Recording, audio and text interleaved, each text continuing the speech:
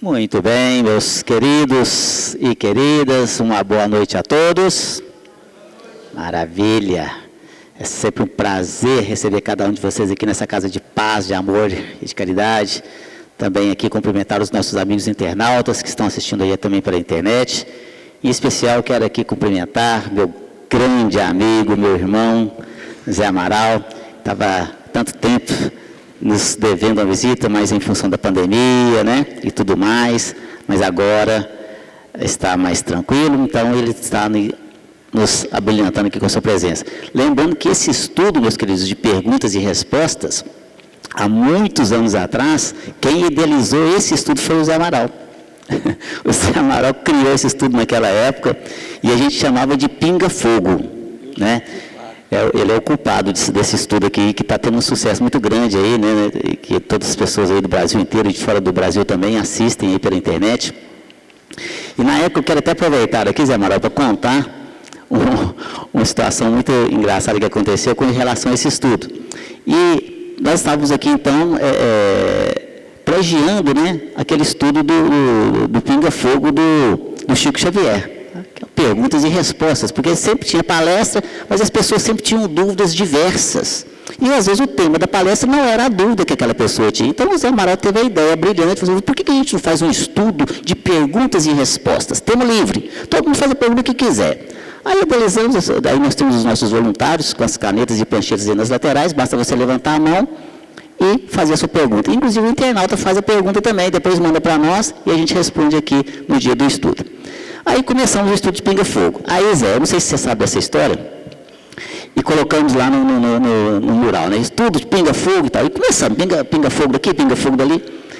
E a casa é uma casa que também é visitada por muitas pessoas de outras denominações religiosas, né? Irmãos nossos, e que estavam aqui, vindo aqui na casa muitas vezes pela primeira vez, entrando dentro de um centro espírita, que não conhecia a doutrina espírita, como aconteceu comigo quando eu entrei, e como aconteceu com vários de vocês que entraram na casa espírita pela primeira vez. E a pessoa estava ali, eu estava no corredor, e a pessoa chegou e falou assim, vendo os estudos, né, que a casa oferece e tal, assim, ô moço, deixa eu perguntar um negócio aqui, como é que funciona esse estudo do pinga-fogo aqui? A gente tem que beber a pinga? Ou tem que jogar a pinga no chão e botar fogo? Eu falei, nossa, pelo amor de Deus, não, moça, isso aqui... Tem lá de regra de beber pinga nem de pegar fogo, não. Aí mudamos o nome do estudo. Perguntas e respostas. Que aí não tem problema, né, Zé? Mas isso faz parte da história, de muitas histórias aqui, que essa casa aqui tem. Mas vamos lá para as perguntas de hoje, meus queridos. Bom, umas que já são perguntas que já foram feitas, que não deram tempo de responder no mesmo dia, a gente já está respondendo aqui, que já foram feitas antes, e vocês podem fazer as perguntas aí agora com os nossos irmãos aí que estão voluntários nas laterais. Vocês dizem que nós já existimos antes de nascer. Já outras religiões falam que a alma é criada no nascimento. Se Deus criou Adão e Eva e toda a terra é descendente deles, como poderiam existir almas antes? Interessantíssima essa pergunta aí do nosso irmão ou da nossa irmã. Veja bem, se nós pegarmos na Gênesis, ali, né, no livro de Gênesis lá na Bíblia, ali fala e conta a história de Adão e Eva, que Deus criou a terra há 6.000 anos atrás, e ali da sua imagem, criou-se então, ali Adão, a sua imagem de perfeição, e criou-se Adão. Mas Adão é muito solitário, ele então resolveu criar uma companheira para Adão, que seria da costela de Adão, ele criou então a Eva, tá certo? Isso nos conta a história. Mas se nós olharmos em outras histórias, de outras denominações religiosas, a gente vai ver que tinha outra mulher antes de Eva, que acabou se transformando na cobra também, enfim. Mas vamos ficar aqui na história que é mais conhecida por todos, Adão e Eva. Então, Adão e Eva ficaram ali no paraíso, no jardim do Éden, mas a Eva, então, induziu Adão a comer o fruto proibido do conhecimento, seria a maçã. Então, aí já começa alguns questionamentos da nossa parte. Por que era proibido o conhecimento? Então, Deus não queria que nós tivéssemos conhecimento? Então e foram castigados, e saíram do jardim do Éden e foram para a terra. Aqui na terra tiveram 2 filhos, Caim e Abel. Caim matou Abel, pela vaidade, pelo orgulho, não é? E aí Deus então fez uma marca em Caim para que os outros não o perseguissem. Que outros? Não era só Adão e Eva e ele, né? Não tinha outros. Mas aí então, só que aí a gente vai ver que depois lá mesmo, na Bíblia fala que Adão e Eva tiveram outros filhos, vários filhos, inclusive um chamado Sete. E lá fala também que Caim ali abandonou essa família. Mas aí eu faço também uma pergunta para a nossa reflexão. 6.000 anos atrás, nós temos hoje cerca de quase 8 bilhões de pessoas no planeta Terra. Se só existia Adão e Eva, aí começaria. Então, eles tiveram os filhos, aí depois como é que vieram os outros filhos? Eles fizeram ali, irmão com irmão, pai com filha, filho com mãe, como é que ficou esse negócio aí? Não é incesto? E outra coisa, não dá tempo, meu pessoal. Uma mulher, para poder procriar, ela tem que ter pelo menos 12 a 13 anos de idade, no mínimo, não é? E gasta 9 meses para gerar uma criança. Eu tenho uma empresa, meus queridos, que eu estudo muito. Eu tenho uma tara muito grande nessa questão dessa leitura de história, para entender. E uma das minhas empresas é uma empresa também de software. Eu peguei meus programadores e falei assim, eu quero que vocês desenvolvam para mim um programa de procriação. E aí, para ver se dava tempo, 6.000 anos, né? Mesmo entre eles lá, procriando entre si, não dá tempo, 6.000 anos, 9 meses para nascer, não dá tempo para chegar em 8 bilhões de pessoas da atualidade. Não tem como, é impossível. E outra coisa, e a diferença de etnias? Raça negra, raça amarela, raça de tudo quanto é cor, branca, enfim, né? E aí o que acontece? Aí lá ainda fala que Caim abandonou a família e foi para outra cidade. Que outra cidade? Não era só eles, né? E aí conheceu outra mulher e constituiu uma grande família, inclusive tendo um filho chamado Enoque. Enoque que era bisavô de Noé. E por falar em Noé, não teve dilúvio? Não matou todo mundo? Aí não ficou só Noé, a mulher de Noé, os dois filhos de Noé, os genros e a criança. E aí de novo, de onde que vem 8 bilhões de pessoas? Então, gente, nós temos que entender essa questão que é uma história ali, é uma questão aqui que nós temos que entender não como uma regra, não, nasceu Adão e Eva e nós viemos de Adão e Eva. Então, a raça adâmica, então nós vamos ver. E aí o Doutor Espírito vem nos explicar de como que funciona essa questão da população dos planetas. Nós não temos só gente aqui só no planeta Terra. Né? Não tem, a população não é só aqui do planeta, nós temos diversas humanidades aí, em vários planetas.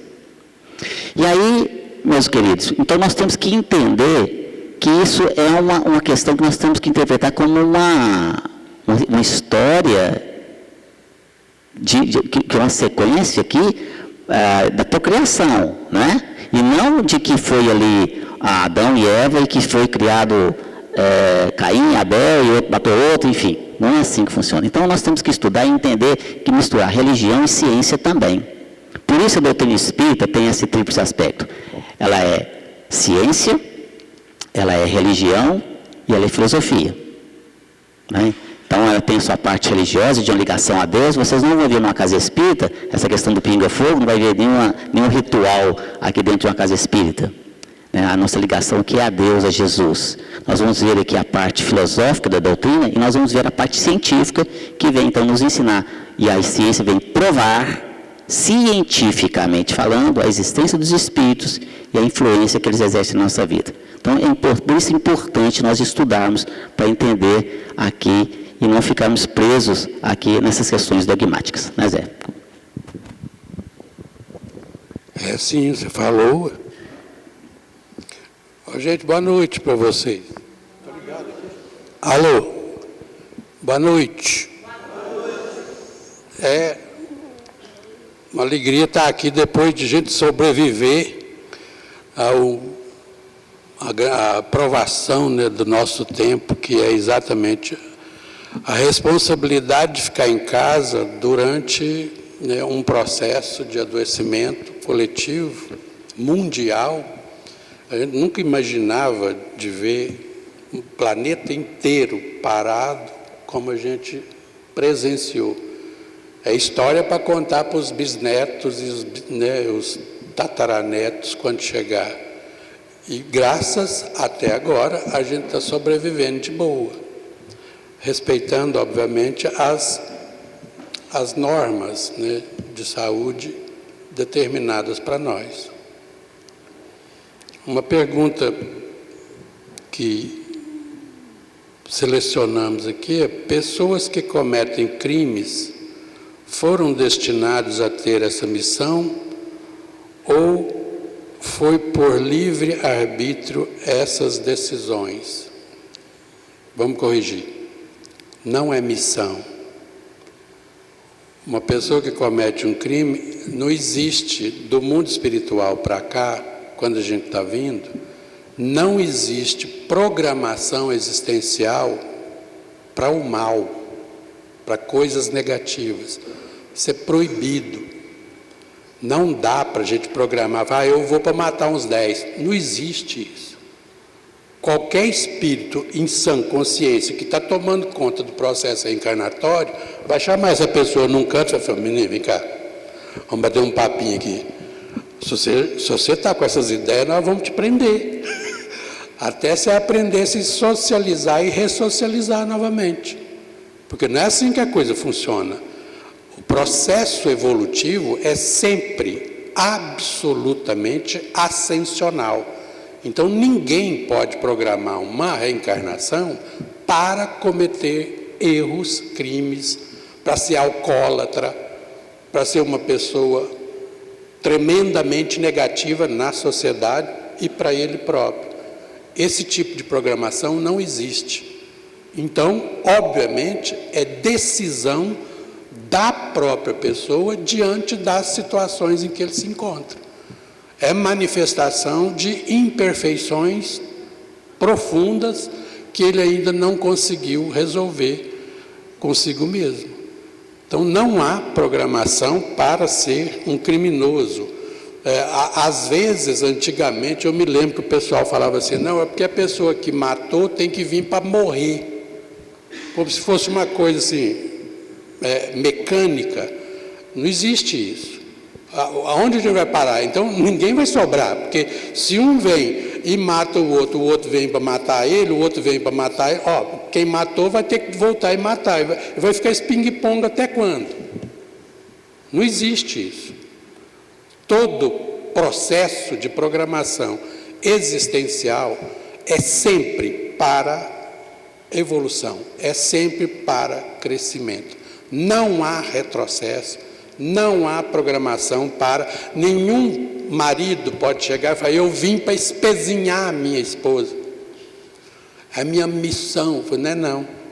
Você está completamente enganado, não existe isso não. Você espezinha ela porque você é muito ruim de serviço, porque a sua missão é vir para ajudá-la a crescer, para ajudá-la a ser feliz. É nesse aspecto que a gente faz a programação. Então, de uma vez por todas, a gente tem que tirar isso da cabeça. Ninguém reencarna para fazer um programa existencial negativo, ruim, maldoso, tanto para consigo mesmo quanto para o outro. Aí a pessoa pergunta logo de cara: mas e essa coisa errada ruim que está acontecendo no mundo? Fruto da nossa liberdade de agir e das nossas imperfeições. É por isso que a gente está aqui. Essa é a missão nossa. Botar isso na cabeça das pessoas que, se a gente não se melhorar, se a gente não aprimorar a nossa maneira de conviver, nós vamos tornando perene, cada vez mais demorada, a nossa trajetória evolutiva. E quanto mais imperfeitos ficamos, mais sofremos. Mais sofremos por quê? Porque o sofrimento é consequência das imperfeições. Simples assim. Então, assumir a condição de viver bem, viver para o bem, é exatamente a nossa missão. Aí sim, é a missão de cada um de nós. Resolvendo as nossas expiações, resolvendo as nossas provações, a nossa missão é única e exclusivamente melhorar e ajudando todos que estão em volta a se melhorar também. Muito bem, Zé. Uma outra pergunta que nos chega aqui, muito interessante, que a pessoa fala assim, como é passar pela morte? Dói? Para onde vamos? Quem encontramos? Como somos recebidos? Poderemos ver os que foram e os que ficaram?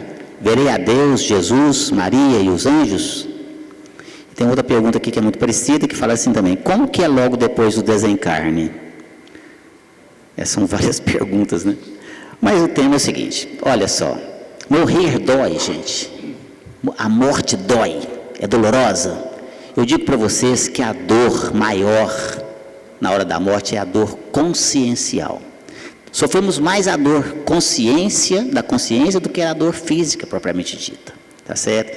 E como é que é passar pelo desencarne? É a mesma coisa? Não. Cada um é diferente, não existe desencarne igual, essa é a verdade. Cada um vai colher os frutos do que plantou. Durante a existência, na hora do desencarne, depois do desencarne e depois que reencarnar também. Essa é a verdade, né? A lei de ação e reação. Isso está quando Paulo escreveu a carta aos Gálatas, lá no capítulo 6, versículo 7, quando ele fala, tudo que o homem semear, isso também ceifará. Ou seja, você colhe o que você planta. Ah, mas minha vida está um inferno, né? Minha vida é difícil demais, minha vida é cheia de espinhos. Mas o que você plantou? Eu plantei espinho. Então você colheu espinho, meu amigo. Minha vida é só pedra. Você plantou o quê? Pedra. Você plantou pedra. Plantou espinho, vai colher pedra, vai colher espinho. Ah, eu queria colher flores, então plante flores. É assim. É uma lei natural. A vida te dá de volta o que você dá para ela. É como um eco. Se você chegar lá no cume da montanha e gritar ódio, rancor, né? Aí você vai escutar de volta a mesma coisa. Mas amor, caridade, felicidade, você vai ouvir isso de volta também. E assim é na hora do desencarne, meus queridos. Quando a pessoa desencarna, ali, aí você tem uma série de situações. Tem aquelas pessoas, por exemplo, que são extremamente apegadas às coisas materiais, apegadas ao corpo físico, e poderá ficar ali. Já nos ensina vários autores espirituais, em várias obras nesse sentido, que o espírito pode ficar apegado, inclusive, ao corpo físico durante muito tempo. Nos dejetos ali, onde eles estão ali putrefatos, ali o espírito fica agarrado. Nas reuniões mediúnicas da qual nós coordenamos e participamos, quando eu converso com entidades dessa natureza, é digno de dó, o meu coração corta de dó quando eu converso com esses espíritos dessa natureza, que estão ali ainda apegados àquele corpo, dentro do caixão, muitas vezes. Porque o apego cultua o corpo físico, como se ele fosse imortal, e não é. Esse corpo físico é mortal, imortal é o nosso espírito. E aí na hora da morte, por isso é importante, né, ali a questão do velório, porque depois ali também do desencarne, para onde é que vai? Vai para o lugar de acordo com a sua consciência. Foi uma pessoa boa, uma pessoa que praticou bem, que pelo menos se esforçou para seguir os princípios e os ensinamentos de Jesus, vai ter lugares bem agradáveis nas colônias. Agora, se você foi uma pessoa muito ruim, uma pessoa má, prejudicou pessoas, que prejudicou a si mesmo pelos vícios, por exemplo, vai estar em lugares bem desagradáveis, nas regiões umbralinas, ou mesmo vagando por aqui, entre os encarnados, que se afinizam com os mesmos gostos, com os vícios, por exemplo. Se a pessoa que gostava, por exemplo, enquanto encarnada, de beber, de fumar, de usar drogas, né, e tudo, quando desencarna, continua a mesma coisa, meus queridos. A vontade continua a mesma coisa. Como o espírito não tem mais um corpo físico, ele não consegue pegar um copo para beber. Então o que ele faz?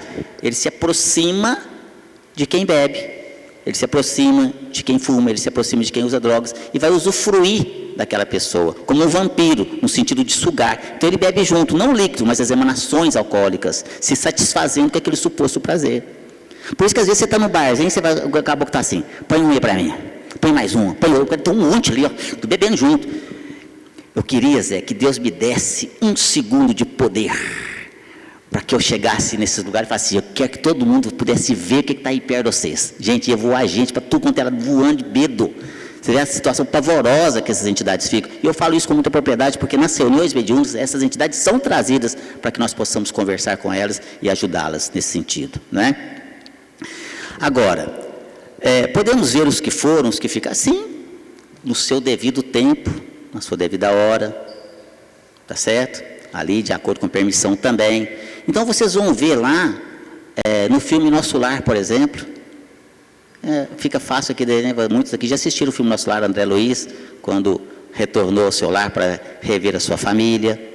Então é mais ou menos daquele jeito lá, tá certo?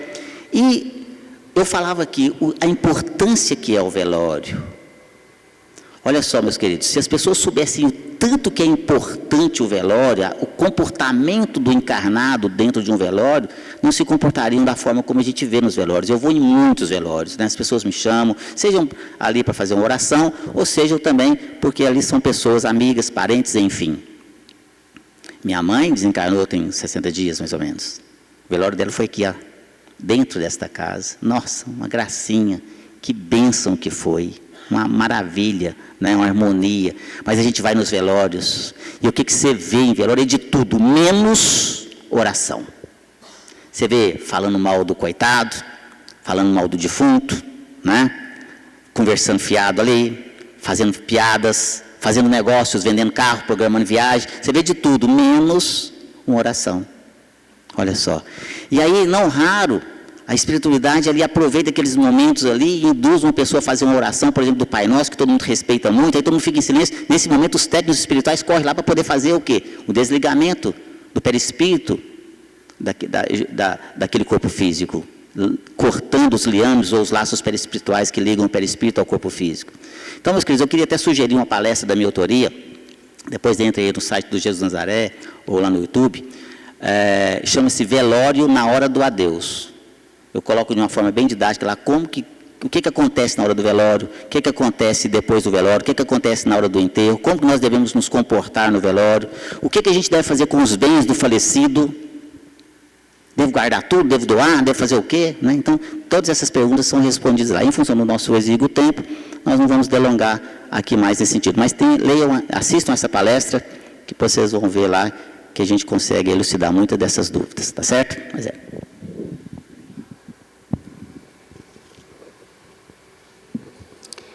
Em que a doutrina espírita, em que a doutrina dos espíritos pode ajudar na questão social? Boa pergunta.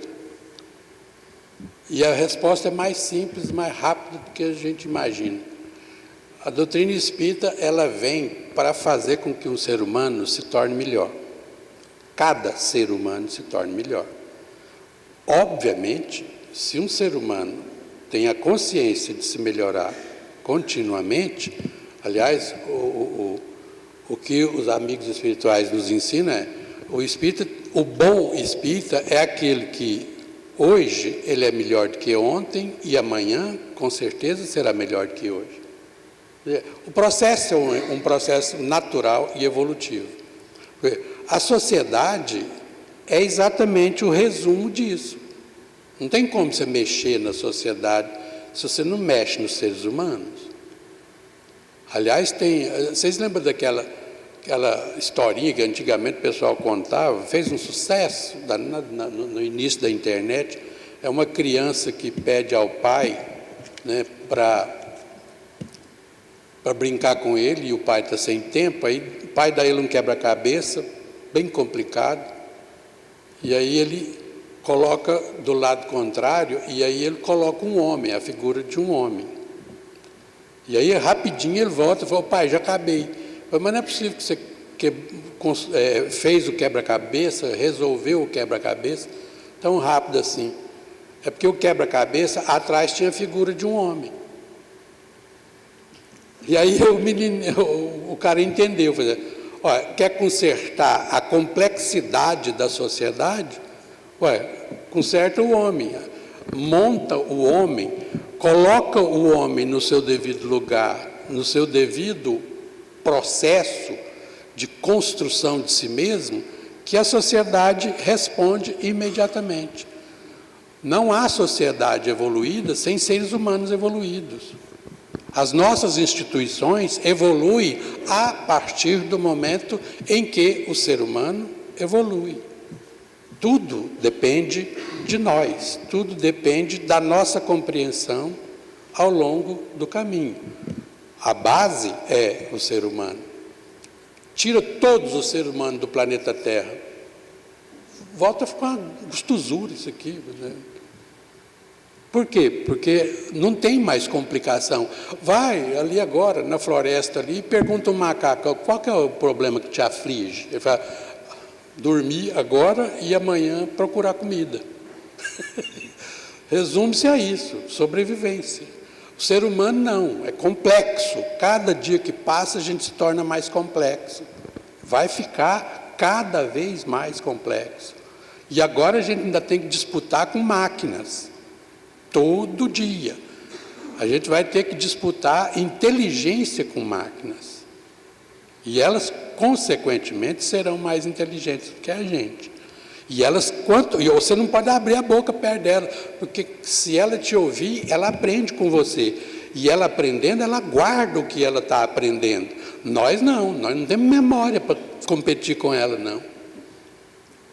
Consequentemente, daqui uns dias, nós estaremos olhando para elas assim, meu Deus, o que será do ser humano? Exatamente aquilo que a evolução humana fará dele. E ele é o responsável por essa evolução humana. Cada um de nós. Eu gosto dessa pergunta porque essa pergunta dá pano para a manga. Vocês teriam que ter mais ou menos uns 4 dias de serviço aqui para a gente discutir essa área. Isso é coisa para seminário de 3 ou 4 dias. Uma pergunta que nos chega aqui muito interessante, que a pessoa fala assim, os espíritos ruins podem entrar dentro de uma pessoa e fazer ela cometer várias coisas horríveis, como bater nas pessoas, quebrar coisas e depois essa pessoa não lembrar de nada? O que devemos fazer nesses casos? Bom, meus queridos, o espírito pode chegar e entrar dentro da pessoa. Para começar, o espírito não entra dentro de ninguém. Ele se liga nas pessoas. A ligação é perispírito a perispírito. O que acontece é que tem pessoas que têm uma mediunidade aflorada, uma sensibilidade aflorada. E o que é isso? A pessoa tem uma facilidade muito grande de se comunicar com espíritos. É o que acontece nas reuniões mediúnicas. Quando os médiuns, assim denominados, né, eles recebem espíritos. O que é receber um espírito? Eles se ligam ao espírito, com a permissão do próprio médium também. Tá certo? Porque é um médium que tem conhecimento, que nós chamamos aqui um médium educado, nesse sentido. Então, o espírito se aproxima, seja de qual natureza for, e o médium vai dar permissão para que ele se possa comunicar através do médium. E ali, só que o médium tem o controle do corpo dele. E nós recebemos aqui nesta casa, meus queridos, uma quantidade enorme de espíritos de tudo quanto é natureza que vocês possam imaginar. Vem sofredor, vem doentes, né? Vem os bons amigos espirituais nos orientando também, e vem espíritos realmente trevosos, espíritos ali violentos, que querem destruir as pessoas. Quando a pessoa começa um tratamento espiritual nesta casa, muitos de vocês já fizeram, alguns estão fazendo, né? Então, ao final do tratamento espiritual, nós temos uma reunião onde nós vamos aqui acolher esses espíritos. E aí, então, essas entidades que estão ligadas àquela pessoa por mais diversos motivos, seja pela questão de afinidade, de vícios, enfim, ou seja porque são inimigos dela de vidas passadas, como o Zé falou, né? Lá atrás, e a gente vai ver isso na história da humanidade, a gente era cruel. Você matava, não muito tempo atrás, o que a gente fazia com os escravos? Você amarrava eles nos troncos, batia neles por pouca coisa, cortava ali as pernas deles para servir de exemplo para os outros não fugir, né? Arrancava os olhos deles, enterrava eles vivos nos formigueiros, para as formigas comerem eles vivos, vendíamos as mulheres deles, vendíamos os filhos deles, dava um pouquinho de comida em troca de muito serviço. Nós fizemos isso. E se olharmos a história da humanidade mais para trás ainda, a gente vai ver que a gente era cruel e bárbaro. Você matava e continuava comendo aqui, não dava nada para você, porque ali era aí do mais rico, do mais forte, do mais poderoso, mandava mais quem tinha mais poder. Hoje não. Hoje, né, apesar de que ainda tem muita injustiça social, mas você não pode sair matando os outros na rua mais, não. Quer dizer, você pode até matar, mas você vai ser preso se te pegar. Tem consequências. Só que esses espíritos que nós perseguimos naquela época, que nós maltratamos naquela época, hoje nos encontram. Nós, numa nova etapa da nossa vida, numa nova reencarnação, mas somos o mesmo espírito. E existe uma atração magnética, meus queridos, nada fica sem reconciliação. As entidades nos encontram e começa, então, às vezes, um processo de perseguição. E aí, se a pessoa tem essa sensibilidade aflorada, que nós chamamos de mediunidade, esse espírito tem uma facilidade muito grande de se ligar a essa pessoa. E se ela não tem o conhecimento e não tem o autocontrole dessa mediunidade, pode acontecer sim. Eu já vi inúmeras vezes, eu já fui chamado inúmeras vezes para atender esses casos, sabe, Zé? Há não muito tempo atrás eu fui numa casa de uma pessoa que a filha deles, 14 anos, uma moça magrinha, fraquinha, ela tinha quebrado a casa inteira, já tinha batido em 4 homens fortes, dado um couro em todo mundo ali, e depois quando ela voltava, ela ficava, né, machucado todo mundo. Uai, o que aconteceu? O que aconteceu aqui? Não sabia nada, porque essas entidades têm uma força descomunal, uma energia muito grande. Então, o que fazer nesses casos? Estudar, meus queridos, estudar, estudar, estudar. Educar a mediunidade. Muitas pessoas falam erroneamente, falam assim, a pessoa tem que desenvolver a mediunidade. Não tem nada que desenvolver nada. Desenvolvimento, nós estamos aqui desenvolvendo o resto da eternidade. Nós temos que educar essa mediunidade. A educação vem de estudo. Aí a pessoa vai pensar, estudar o que é mediunidade, como se comportar. Aí ela vai ter o quê? O autocontrole, nós chamamos de educação mediúnica. Então ela vai ter o autodomínio. Então quando o espírito se aproximar dessa pessoa, ela vai perceber, eu digo, não, aqui não é a hora nem lugar. Você não vai fazer isso e pronto, porque não é o momento. E vai então procurar auxílio numa casa espírita séria. Tá certo? Então pode acontecer? Sim. E se acontecer, aí muitas vezes acontece, sabe o que as pessoas fazem? Interna. Vai para uma casa de tratamento psiquiátrico e enche de remédio, aí fica pior ainda, porque enche que é muito remédio, aí que a mediunidade aflora mais ainda, fica mais aberta ainda, aí que os espíritos pegam mesmo de couro, e aí vai ficando cada vez pior. Então, às vezes, a pessoa não tem nenhum problema mental, muitas vezes. Então, nós temos que ter, sim, um tratamento médico, sim, né? O medicamentoso aqui, alopático, mas temos que também ter aqui o cuidado espiritual nesses casos, tá certo? E estudar, esse é o caminho. Tem uma perguntinha aqui que eu não entendo para estar vindo, mas eu vou tentar sintetizar na base. A pergunta é, autismo e esquizofrenia são doenças espirituais? Primeiro, a categoria de doenças é diferente. Então, colocar autismo, esquizofrenia, psicopatia, ou seja lá o que for, qualquer tipo de transtornos mentais ou físicos na mesma cesta, eu não arriscaria colocar assim, não. Mas a questão básica que eu entendi que a pessoa está perguntando é se são doenças espirituais. Toda e qualquer manifestação de transtornos e enfermidades de qualquer nível tem como base o espírito, que é o espírito que adoece. E essa manifestação dessa enfermidade ou qualquer transtorno se apresenta no corpo físico. O corpo físico é exatamente para isso que ele serve, para expurgar e para nos colocar diante de situações e possibilidades de resolver as nossas questões espirituais. Então, eu não coloco, por exemplo, o autismo como doença, é um transtorno atípico, é uma diferença de comportamento, uma diferença comportamental.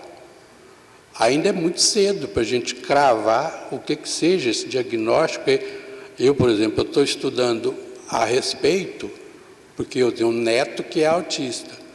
Ele tem o transtorno, está no espectro autista, mas a gente ainda não sabe, porque é muito novo, considerando 30, 40 anos que o ser humano começa a debruçar sobre um determinado tipo de manifestação do ser humano. É muito pouco tempo para a gente ter consciência do que realmente é na base. Mas, tomando como base a doutrina espírita, todo e qualquer transtorno e enfermidade oriundo do espírito. Porque se você só considera o seguinte, o corpo nada mais é do que um macacão de serviço desse espírito. Então, é o espírito que se manifesta. Então, toda e qualquer forma de se manifestar é oriundo do espírito. Percebe? O espírito é que é o responsável pelo processo evolutivo. Ele existe antes, durante o processo reencarnatório e vai existir depois. Então, esse meio tempo, enquanto ele está encarnado, todas as manifestações têm a ver com sua trajetória evolutiva como espírito. Percebe? Isso, acho que em palavras simples, é a minha maneira de compreender, porque eu sou completamente leigo nesse assunto. Mas ficou muito bem explicado, Zé. Uma pergunta interessante, a pessoa fala assim: minha casa faz muitos barulhos inexplicáveis. Já me falaram que é mal assombrada. Existe isso mesmo? Existe. Existe casa mal assombrada, tem um monte de filme aí de casa mal assombrada, né?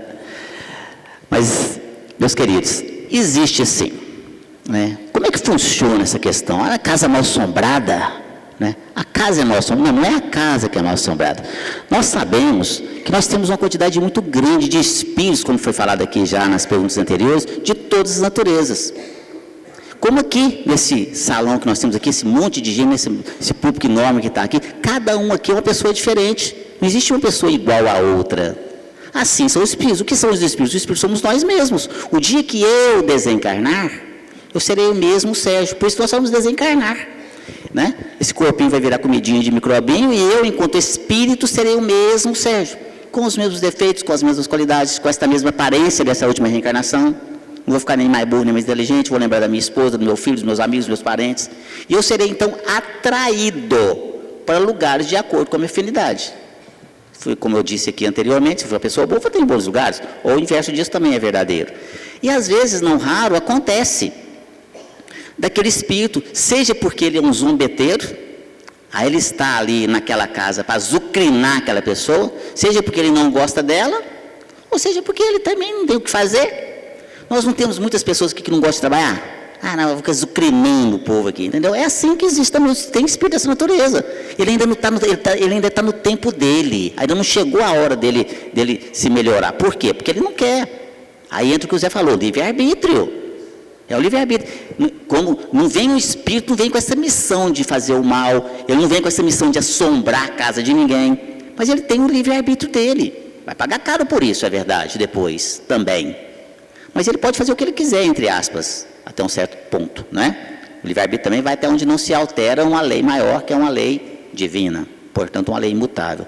Mas o espírito dessa natureza pode ficar na casa, azucrinando lá, mexendo nas coisas. Então, com as energias, ele sabe manipular, ele aprende a manipular. Vocês assistiram aquele filme Ghost? Lembra que aquele espírito que suicidou lá no metrô? Então ele foi ensinar lá, né? O ator, como é que. Aí ele estava querendo mexer lá, falando: ô seu bobo, você não pega, não é com a mão, não. É energia, é mente. É assim que, ó, pensa, tchof. Aí ensinou ele a fazer. Aí ele começou a zucrinar, aí lá pegava o jornal e tal, aquele negócio todo, né? Assim também no plano espiritual, é exatamente isso mesmo, é aquilo lá. Tá certo? Tirando aquela parte que o espírito entra dentro da médium, que isso não existe, tá certo? Ele se liga, como eu disse aqui agora há pouco, tá certo? Mas é assim. Então ele pode pegar, é onde às vezes, se você está na casa da pessoa, um copo que sai daqui quebra, sem explicação nenhuma, é televisão que liga. Eu já fui em casa, pessoal, de pessoas que estavam passando por situações complicadas assim, nós fomos lá, nós fomos fazer uma oração e tal, e explicar para as pessoas como é que funcionavam essas questões, né? Pessoa muito católica. E, para vocês terem noção, a moça era diarista, sabe, Zé? E ela deixava o dinheiro dela lá em cima assim, tinha lá uma nota de R$20. A nota pegava fogo, ia só até na metade. Pegava fogo na metade da nota, ali. Por quê? Aí fomos descobrir, né? Isso e mais um monte de outras coisas acontecia lá. Em reencarnações passadas, essa, né, senhora, tinha botado fogo no cara. E ele estava lá ainda, agora pega fogo em todas essas coisas também. Então era uma vingança. E tem esses obeteiros que querem exucrinar ali. E tem aqueles que estão, inclusive, são apegados aos bens. Pessoas que já morreram naquela casa, que ainda se sentem donos daquela casa. Acha que tem que ficar ali ainda, né? E aquelas pessoas, os novos proprietários, são considerados por ele como invasores. Isso acontece muito mais do que vocês imaginam. Muito mais. A gente atende entidades dessa natureza aqui nesta casa, sempre, quando o espírito fala assim: mas que é isso? Aquilo é meu. E tem espírito que não sabe nem que morreu. Olha só que situação. A pessoa desencarnou e não sabe que desencarnou. E se sente afrontada. E ali, outro dia, conversando com uma dessas entidades, uma senhora, tadinha, né? Ela se sentia afrontada. Não, mas que o povo fica lá, ué. Aquilo lá é meu, né? Eu falo que eu vou chamar a polícia, aí eu falo que eu vou pegar uma vassoura, não consigo pegar uma vassoura para bater neles. Né? Mas a misericórdia divina vem trazer essas entidades para uma casa espírita, porque nós podemos, com as energias, o cheque anímico, né? Poder ajudar esses espíritos dessa natureza. Então, o que fazer? Com todo o que acontece, mas o que fazer então nesse caso? Se a casa está tendo barulho, se está tendo esse monte de situação, o que fazer? Culto do Evangelho no lar, meus queridos. Se as pessoas soubessem a bênção que é, a proteção que é daquele lar, quando realizamos o culto do Evangelho no lar, nossa, é como se você colocasse uma cerca elétrica, quando você coloca na sua casa para te proteger dos assaltantes, dos ladrões. Assim é o culto do Evangelho no lar. Quando você faz o culto, a energia do ambiente é outra, a proteção é muito grande. Quando a pessoa começa a fazer o culto, vem aqui nesta casa, começa o tratamento espiritual, a gente orienta, faça o culto do Evangelho no lar, né? Aí, o que acontece? Entidades depois são trazidas a esta casa, para que a gente possa conversar com eles. E eles ficam bravos, né? Ficam bravos com a gente, me xinga, sabe? Você é um magrelo, intrometido, está metendo o nariz onde você conversa demais, você fica falando que esse povo fazer a rezação, agora não consegue chegar lá mais, agora a gente não entra mais lá, a gente fica lá de fora, o que sai a gente pega, sabe? Mas lá dentro a gente não entra mais não. É assim, né? Então, culto do Evangelho no lar. E se estiver passando alguma situação, venha na casa, para que vocês possam estar recebendo aqui o auxílio necessário, o tratamento espiritual, tá certo? Bom, o nosso tempo já me esgotou, mas nós vamos extrapolar um pouquinho, vou deixar você fazer aí a sua última consideração. O que é preciso para se tornar um espírita? Se tornar espírita. Estudar a doutrina espírita, colocar na prática do seu cotidiano e fazer o que você acha que deve fazer em termos de automelhoria contínua. A tarefa de ser espírita é só essa, não tem mistério nenhum, não. Se quiser participar do movimento espírita, que é uma coisa completamente diferente do que é ser espírita, você, quando é espírita, ou se torna espírita, ou planeja ser espírita, você tem a escolha de participar do movimento espírita. Obviamente, fica bem mais fácil de ser espírita, porque em grupo você entende perfeitamente a relação do que é ser um religioso espírita. E religião aqui no sentido da religião espírita.